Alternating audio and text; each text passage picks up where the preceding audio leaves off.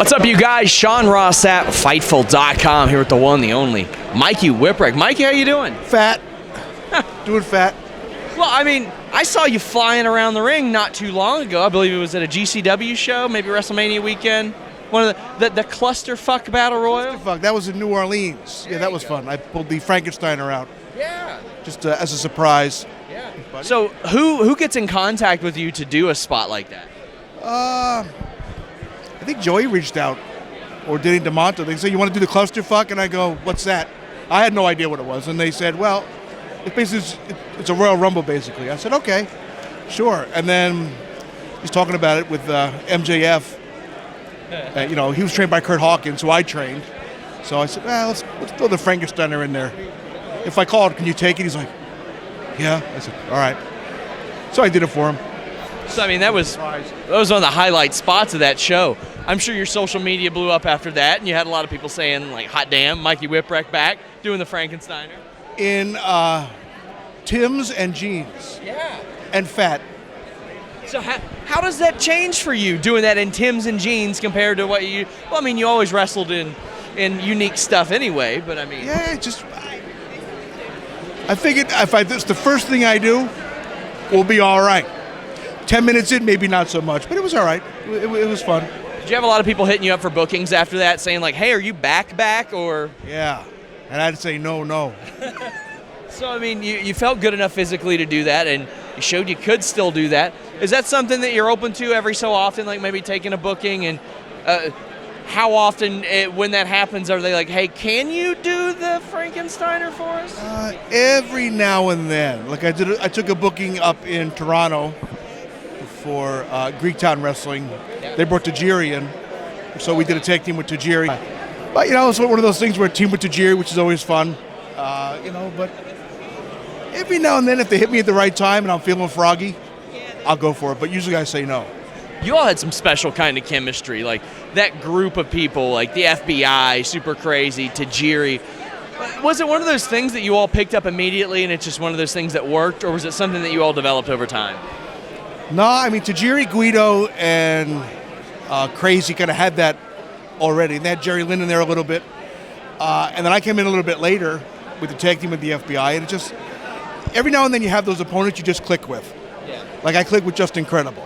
Like I click with Jerry Lynn. Yeah. Like it's just, you find that group of guys where you just click with. It's a team. You and Tajiri, you click anything against Guido.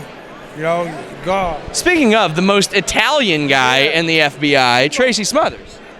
Well, a lot of fun. ECW, all of them, one of the funnest times of my life, 2.5 years. Just a blast, and just really, I was wanting to get out. I was ready to get out, and I just can't describe how much fun. And you hear all you hear and do, but it was all good. It was a great time, and it'll live forever. ECW, I have people that always that knew ECW has made and changed the business more than I think anything. Yeah. I don't see anything. Everybody's trying to do it, you know, and you know, it's memories, camaraderie. We talked about with guys that didn't see eye to eye. Mm-hmm. I seen New Jack and Anthony, God rest his soul, try to kill each other. We was talking about tonight in Queens. It built up. We got in a fight. I was tired. I couldn't break it up and all. You know, Rick Rube's there. God rest a lot of guys. You know, it's a bad scene. Next night, a fan in the arena at ECW sucker punched Mikey. The whole dressing room hit the ring, and the first two guys beating people up was Anthony and New Jack. I jump up on the thing, and I go, "Tommy, look at that." I said, "Those two motherfuckers trying to kill each other before. Now they're going to get him because he sucker punched on Mikey," which we're all mad about, you know. And all. I was standing on the table, and Tommy afterwards, everybody giving him hell, going, "Oh, buy a room." Tommy going, "Oh, buy a room, motherfucker. Y'all want to kill each other last night. Took the whole dressing room to get you parked now because you got Mikey." That's the camaraderie. That's what it needs. That's how it should be. So ECW obviously changed things for you. You got an offer from WCW. Who's the person who reaches out to you to say, "Hey, we want to bring you in"? Perry Saturn, yeah. He was down there. He goes, "Hey, Mikey, they'll bring you down." I said, "Well, to do what?" Tracy, it's good to see you, buddy. Love you. Thank you.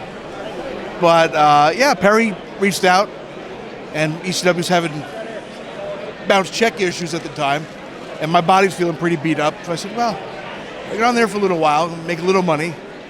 Yeah. It'll be all right. And you went down there, had a good match with Kidman, got buried for it, and that was the end. So when you say you got buried for it, how did that happen exactly? Jimmy Hart told me that Virgil buried me to Hogan and them because I was a match before him and Stevie Ray in the battle for the NWO Black and White. And I guess they couldn't keep up at the time. So I guess people were pissed off, I guess. So you look back on that, you all introduced hardcore to WCW as well. Like, it seemed like every single week they were having a hardcore segment, so to speak. And I know at that time those were some of the higher rated segments on Nitro as well. What do you think that says about the lasting impact of ECW, that WCW is like, yeah, we got to get some of that over here. Let's bring Hack. Let's bring Whipwreck. We gotta have that here. Yeah, it was just the trend back, the late '90s. It was just, that was the thing. I mean, ECW hit on it. Yeah. Took stuff that they were doing in Memphis and Florida, and Paul tweaked it and brought it into the '90s, and it just hit a nerve that people were tired of the cartoon stuff, and then it just became, unfortunately, almost a parody of itself. With some of it. It got a little too carried away. But it was just the way the business went. As we wrap up, obviously the Whippersnapper was a precursor to the Stunner. Yeah, well, Who do you see that has done that the best outside of Austin since then? Ember Moon. Yeah, she does a really good version of it. I mean, mine, I thought from the top rope would be a good idea. Yeah. It seemed like a good idea at the time. Nice easy bump for the guy. You can leave it shaking on your feet. You know what I mean? Then you got compressed vertebrae. Yeah, my ass decided that it was not such a good move, so I started doing it from the mat. Try to do different variations of it, kind of like DDP would do with the diamond cutter. But I think Ember Moon's the one who. We're not going to talk about Cena's because that was pitiful. Oh, it was sad. Awful. John does a lot of good things. That not one of them. Let the people know where they can follow you on social media. At Mikey Whipwreck _ at the end on Twitter. I think I have a Facebook. I never use it. They want me to use my real name, which nobody knows who the hell John is, so it's one of those things. But yeah, pretty much just Twitter. Thank you so much. Until next time, guys, we're out.